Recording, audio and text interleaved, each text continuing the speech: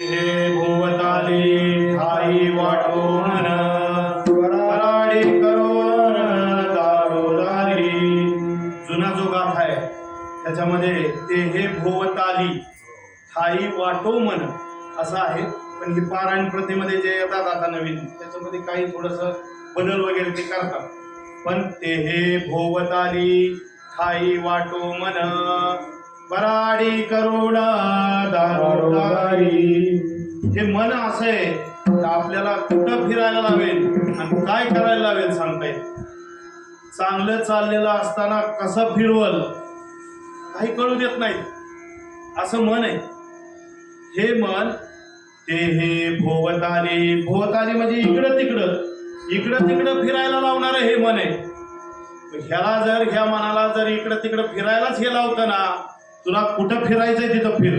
पण ते हे सभोवताली म्हणजे भगवंताच्या सभोवताली ना कुठेही जा, दिवसभरात तिकडं मुंबईला जाणार तर कुठं जायचंय तिथं जा, पण सभोवताली भगवंताच्या ते हे सभोवताली.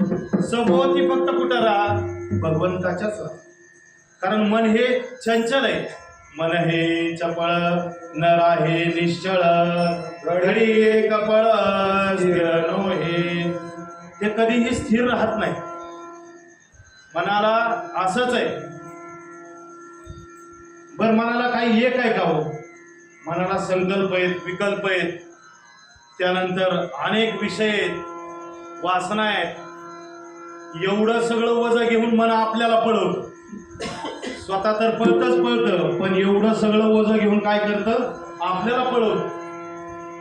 चांगलं चाललेलं असताना चला की हो कीर्तनाला असं म्हणले आहे, म्हणले वेळ आहे, थोड्या वेळात आलोच आहे म्हणला. 10-15 मिनिटं वेळ आहे, 10-15 मिनिटं वेळ आहे म्हणून थोड्या वेळ पाडली आणि पडल्यानंतर अर्धा तास झाल्यावर घरातले म्हणले अहो कीर्तनाला जायचं वेळ झालाय.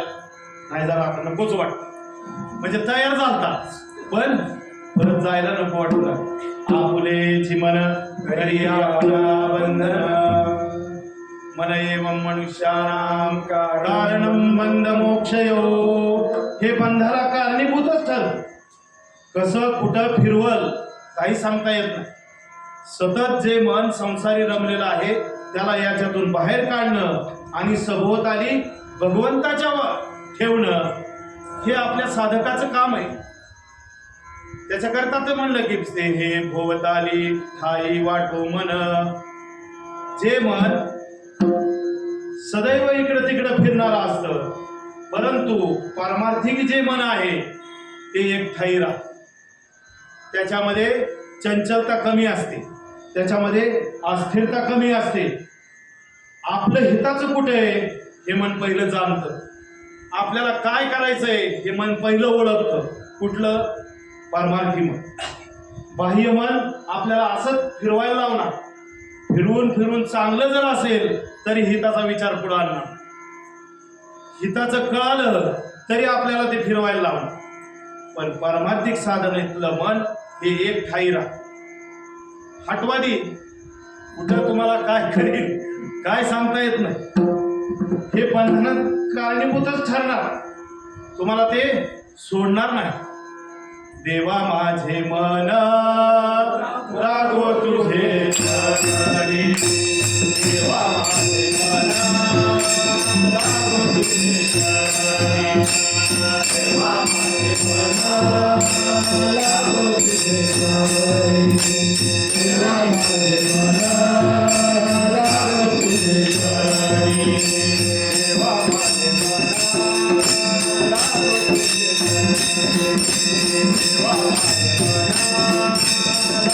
तुझे चरणी.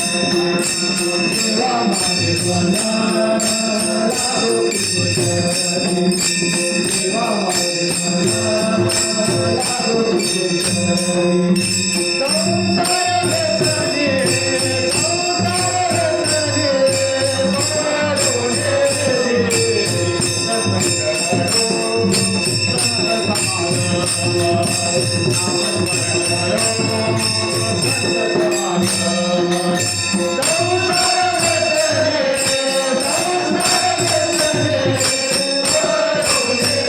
देवा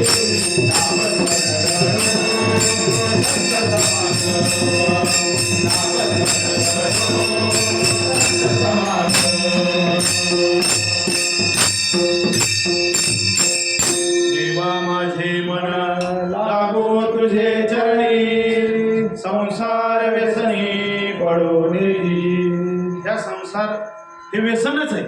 सदोदित जे करतं ते काय असतं? व्यसन असतं. सदोदित आपण काय करतो? संसार करतो. पण कधी पुरा झालाय का?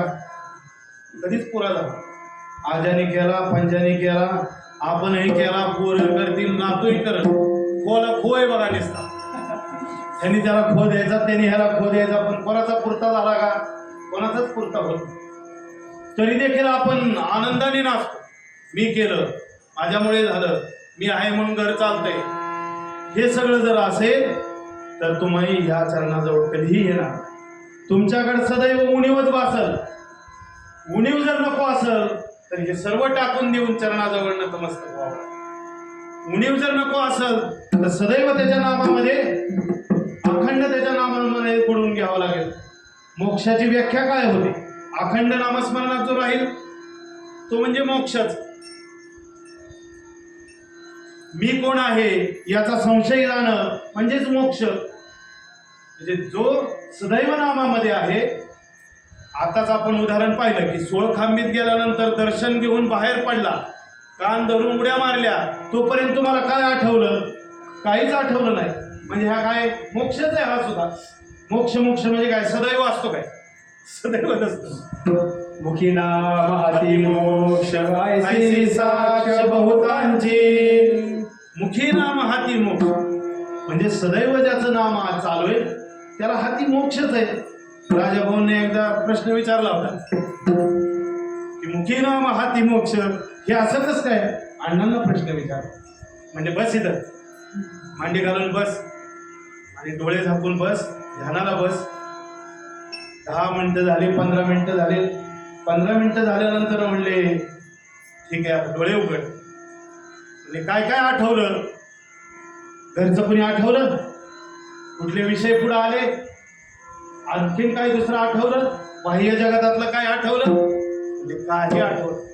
मग हेच आहे म्हणले मुखी नाम हाती मोक्ष ऐसी साक्ष बहुतांची. ज्याचं सुद्धा सदैव मुखी नाम आहे तो मोक्षापासून बाजूला कसा राहील? आणि असं सदैव नाम असणारे असे भक्त जे सदैव पांडुरंगाच्या चरणी सदैव राहील. नामदेव महाराज, सावता महाराज, संत जनाबाई. अहो भगवंताला अशा भक्तापासून देखील दूर जाऊ वाटत नाही. भगवंत देखील यांच्या सानिध्यात राहत. भक्त समागमे सर्व भावे हरी, सर्व काम करी न सांगता, सर्व काम करी न सांगता. नामदेव महाराजाला केशव शेठ म्हणून आले आणि कितीतरी बैलगाड्या भरून आणल्या अन्नाच्या किंवा ज्वारीच्या आणि घरी पोटी टाकल्या. जनाबाई बरोबर दळण दळू लागले. सेना महाराजाची त्या राजाची जाऊन दाढी केली आणि सेना महाराजांच्या दोपटीमध्ये मोहरा टाकल्या. पाहिलं तेव्हाच कळलं की देवा रे तू जाऊन दाढी करून आलास. हे लक्षात आलं. चर्म रंगू लागे रोहिदासा संगे, कबीराचे मागे शेविली. सजन कसाया विकू लागे मांस, माळ्या सावदास खुरकू लागे. नरहरी सोनार घडू कुंकू लागे, चोखा वेळा संगे ढोरे उडी. रामयाची जणी सवेवेची शेणी, धर्मागरी पाणी वाहे झाडी. नाम्या शिवे जिवे नभे संकोचित, ज्ञानियाची भिंत अंगे ओळी. अर्जुनाचे रती होय हा सारथी, बक्षी पोहे प्रीती सुराम्याचे. गवळ्यांचे घरी अंगे गाई ओळी, द्वारपाळी द्वारी झाला. मीराबाईसाठी घेऊ विष प्याला, दामाजीचा झाला काळे वार. कुंडलिकासाठी अजून निश्चित, तुका म्हणे मात धन्याची. ऊच नीच काही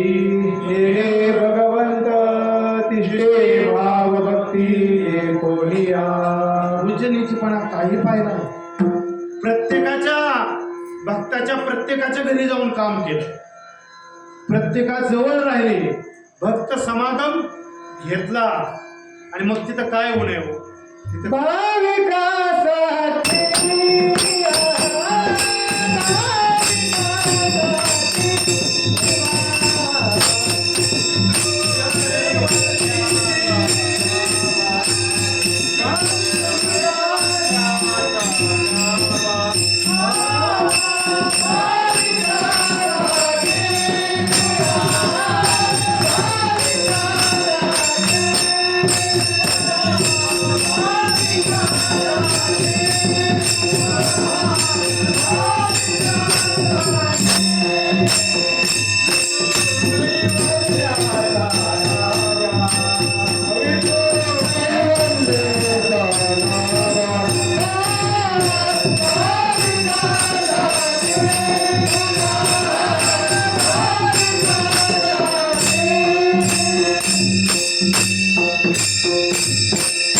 भाविकासाठी विठो कैवल्याचा गाभा.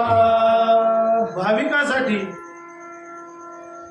काय चिंतल्या रोकडे मनोरथ की वा मागण्याची आस पाहे भाकडे चिंतल्या रोकडे मनोरथ. कोण येते त्याच्या अंतःकरणात काय आहे, तो मागतोय काय, ह्याच्याकरिता तो उभा आहे, गाभा आहे.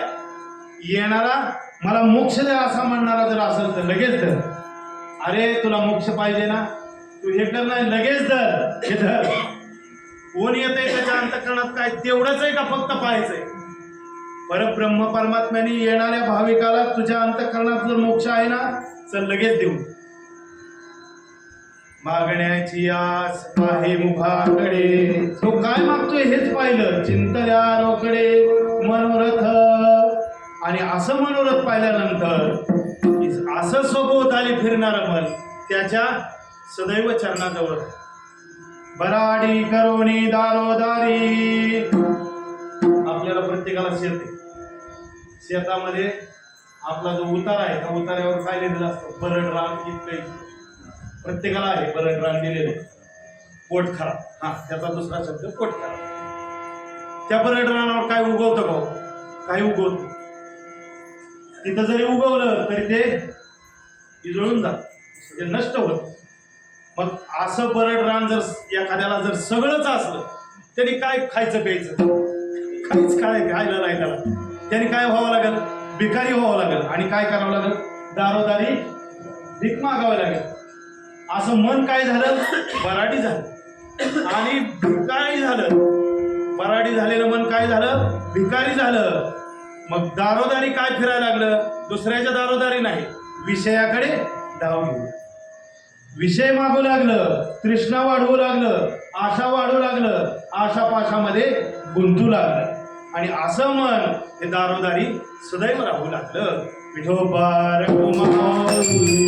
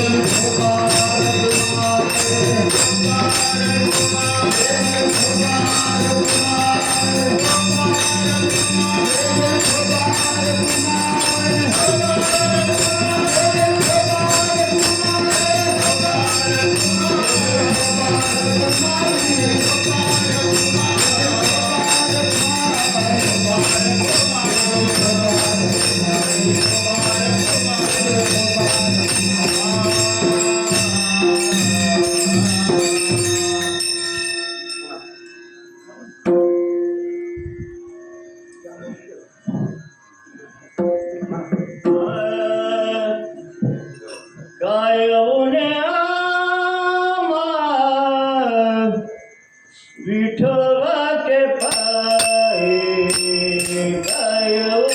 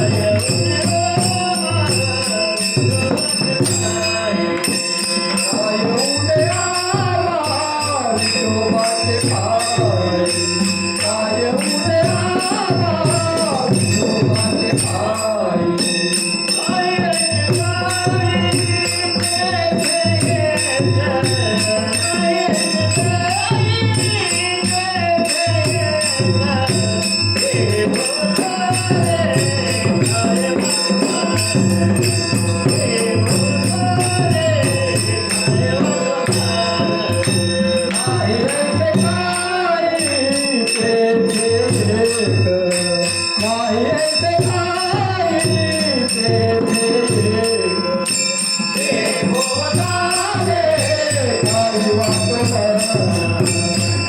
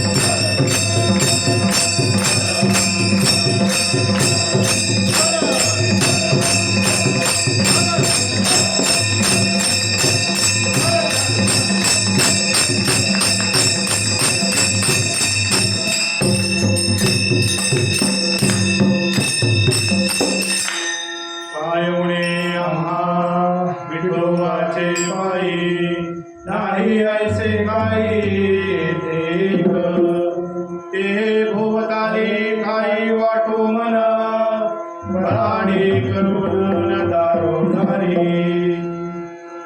असं सुख प्राप्त करून घेण्याकरता आपलं मन दारोदारी फिरवायचं, बराडी करायचं का आपण हे सुख प्राप्त करून घ्यायचं हे आपण ठरवायचं, याची प्राप्ती करून घ्यावी. कारण जसं मगाशी म्हटलं की सुरुवात चांगली असली तर शेवट चांगला, सुरुवात जर चांगली नसेल तर शेवट. तर जसं मगाशी सांगितलं त्यात थोडं राहिलं बरं का खरं, कारण आता पूर्ण करतो ते विषय पण बरोबर आलाय. आजा मेळाला ज्याप्रमाणे तो वागला त्याला शेवटी नारद भेटले. नारदाने त्याला नारायण असं त्याच्या मुलाचं नाव ठेवलं. कोणाचं? आजामेळ्याच्या मुलाचं नाव नारायण ठेवलं आणि तो नारायण नारायण म्हणू लागला आणि त्याचा उद्धार झाला. पण एवढं सगळं जीवन जगत असताना, एवढं सगळं त्याचं होत असताना शेवटी त्याचा उद्धार झाला. आजामेळ्याचा उद्धार शेवटच्या नारायण म्हणण्यामुळे झाला. मग आपल्या मनात संशय येतो, आपल्या मनातली पाल चुक लगेच त्यांनी शेवटी नारायण म्हणलं होतं, मग अजून भरपूर वेळ आहे, आपण शेवटी नारायण म्हणू, त्याला काय लागतंय? अजिबात या ना. सुरुवात चांगली असेल तर शेवट चांगला होईल. सुरुवातीला जर नाम असेल मुखात तर नारायण शेवटी येईल. त्यांनी त्याच्या मुलाचं नाव नारायण नारायण घेत राहिला म्हणून त्याला नारायण आठवलं. तुमच्या मुलाचं नाव आणखीन कुठलं असेल तर ते तुम्हाला काय आठवलं? नावच असं नाही, याच्याकरता त्याची सुरुवात चांगली, याच्याकरता मन सदैव चरणाशी असावं, याच्याकरता सदोदित नाम मुखात असावं, याच्याकरता आनंदाने ही प्राप्ती करून घ्यावी आणि अंतःकरण शुद्ध ठेवावं. मग आणखीन एक इथं पुढं महिमा सांगतात. कोण बळी माझ्या विठोबा वेगळा करा तुझा सांगा. कोण बळी माझ्या विठोबा वेगळा, याच्या पेक्षा वेगळा कोण आहे? याच्यापेक्षा वेगळा कोणीही नाही. जे जे देव आले ते काहीतरी कार्य म्हणून पुढं आले, वेगवेगळा अवतार धारण केला आणि ते कार्य म्हणून पुढे आले, म्हणून ते कार्य ब्रह्म ठरले. तसं पंढरीनाथ काय म्हणून पुढे आले? काही नाही. काही देवाने रजोगुण घेतला आणि अवताराला आले, काही देवाने तमोगुण घेतला आणि अवताराला आले. तसं पंढरीनाथाने काय घेतलं?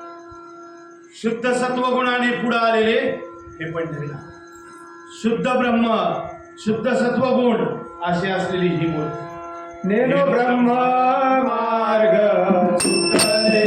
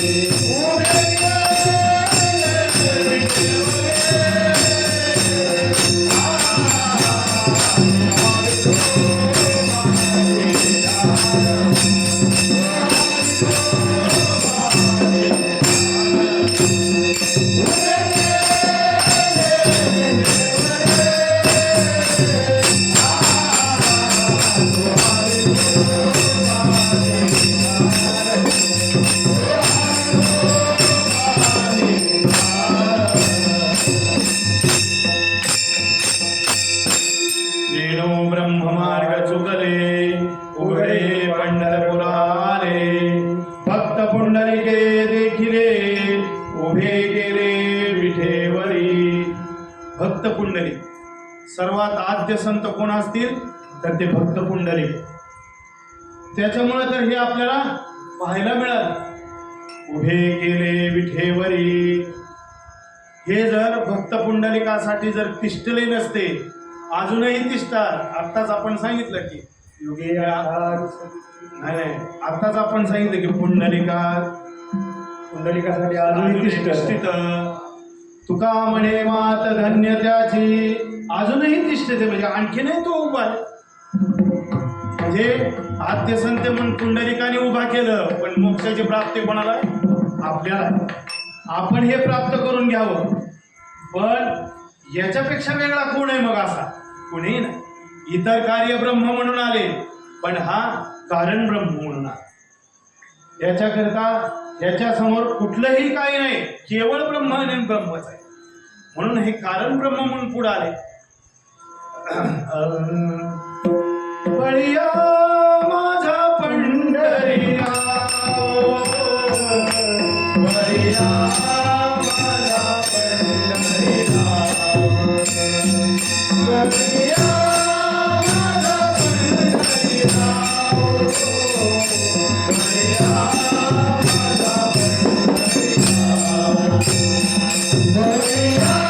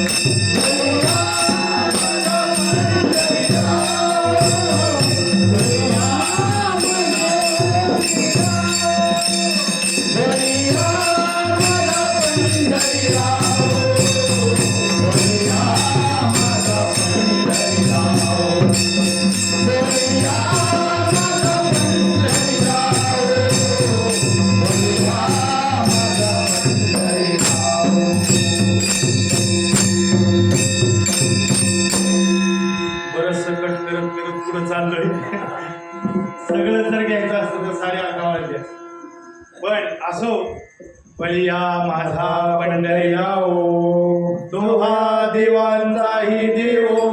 बळी आहे याच्यापेक्षा कोण बळी? बळीया म्हणजे याच्यापेक्षा मोठा कोणी नाही, सामर्थ्य सामर्थ्यवान कोणी नाही. हाच एक आहे की असा सामर्थ्यवान, कारण मोक्षाचा दाता आहे, उभा आहे तो सर्व भक्तासाठी मोक्ष देण्याकरिता उभा आहे. आणि कागळा तुझा सांगा, याच्याशिवाय तुझं काय सांगावं? असा वेगळा असणारा, असा सगळ्यांपेक्षा मोठा असणारा देव, याच्यापेक्षा दुसरं वेगळं आणखीन काय सांगावं? काही नाही. मग अशा देवाची प्राप्ती करून घेण्याकरिता तुम्हाला जर उणं काही नको असेल, तुम्हाला सगळं यथेच्छ सगळं जर पाहिजे असेल, सुखप्राप्ती पाहिजे असेल, मोक्षप्राप्ती पाहिजे असेल, चरणाजवळचं सुख पाहिजे असेल, तर तुम्ही याच्याची शरण म्हणवानी शरण जावे.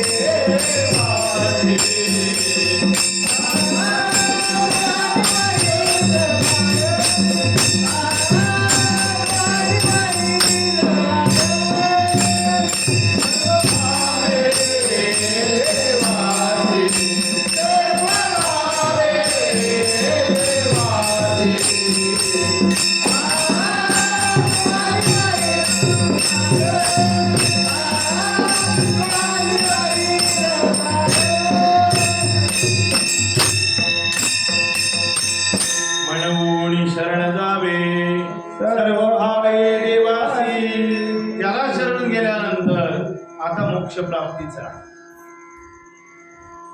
कर्मसाम्य दशा पूर्ण व्हावी लागते, तेव्हा मोक्ष प्राप्ती. म्हणून सांगितलं की तुका म्हणे मोक्ष विठोबाचे गावी, फुकाची लुटावी भांडारे ती. ही कर्मसाम्य दशा झाली तर मोक्ष प्राप्त होईल. आणि मग असं अखंड नामस्मरणात राहून त्याच्या गावी जाऊन ही भांडारी लुटावी. ही फुकाची आहे, फुकट आहे हो. मोक्ष प्राप्ती एवढी फुकट आहे, पण फुकाची लुटावी भांडारे ती. हे भांडार आहे, कुणी यावं आणि हे घ्यावं, याची प्राप्ती करून घ्यावी. पण येणारा काय मागणी करत येतो ते देवालाच माहिती. जातोय खरा, पण काय मागणीने पुढे जातो काय माहित. नामदेवराय म्हणले, अरे देवा, एवढा तिष्ठून एवढा सगळा पिठेवर उभा आहे, अरे येणाऱ्या माणसाला मोक्ष देऊन टाकत जा ना, कशाला त्यांना असं मोकळं ठेवत असतो. म्हणजे काय हरकत नाही नामदेवा, आजचे दिवस तू विटेवर उभा, मी तुझं रूप घेऊन जातो. आणि मग नामदेवराय पंढरीनाथाच्या वेशात विटेवर उभा राहिले आणि पंढरीनाथ नामदेवाचं रूप घेतलं आणि गेले. सकाळपासून नामदेवराय पंढरीनाथ म्हणून उभा आहे. येणारा माणूस प्रत्येक आला की त्याच्या अंतःकरणात काहीतरी दिसायचं, दुसरा आला की त्याच्यात काहीतरी आहेच, तिसरा आला की त्याच्यात काहीतरी आहेच. एकही असा सापडला नाही. शेवटी शेजारती झाली. पंढरीनाथ नामदेव म्हणून जे गेले होते ते परत आले. देव आलेत म्हणल्यानंतर नामदेवाने आपलं रूप म्हणजे पंढरीनाथात जे रूप घेतलं ते रूप सोडलं आणि खाली जाऊन उभा. पंढरीनाथाने आपलं नामदेवाचं रूप सोडलं आणि विटेवर येऊन उभा. काय म्हणले नामदेवा, किती जणांना मोक्ष दिला? म्हणजे देवा एकही सापडला नाही, एकही असा सापडला नाही की देवा मला मोक्ष प्राप्ती दे, मला ह्याच्यातून सोडव, ह्या भवसागरातून मला बाजूला काढ, मला ह्याच्यातून मोक्ष प्राप्ती करून दे आणि मला सदैव तुझ्या चरणाजवळ राहावे. एकही सापडला नाही देवा. आणि मग म्हणूनच मी अरे असा उभा आहे. कोण येतो तो काही ना काहीतरी घेऊनच येतो, भरलेल्या अंतःकरणाने घेऊनच येतो. त्याच्यामुळे स्वच्छ अंतःकरण असेल तरच मोक्ष प्राप्त. म्हणून मोक्ष विठोबाचे गावी तिथं जायचं असेल तर अंतःकरणाची शुद्धता असावी लागेल, तेव्हा तिथं ती प्राप्ती होईल. फुकट घ्यायचंय, फुकट भांडारातलं घ्यायचंय, पण कसं घ्यायचंय? शुद्ध अंतःकरणाने घ्यायचं. अंतःकरण जर शुद्ध असेल तर निश्चित तुम्हाला ही प्राप्ती. आणि मग तिथं काय उणं राहिलं? एकदा मोक्षाची प्राप्ती झाल्यानंतर आपल्याला तिथं काहीही उणं नाही. काय उणे आम्हा विठोबाचे पायी, नाही असे काही येते, ते भोवताली ठाई वाटो मन, वराडी करुण दारोदारी. कोण बळी माझ्या विठोबा वेगळा, आणि कागळा तुझा सांगा. तुका म्हणे मोक्ष विठोबाचे गावी, फुकाची लुटावे भांडारे ती. ते भोवताली ठाई वाटो मन, वराडी करुण दारोदारी. ज्ञानेश्वर महापुले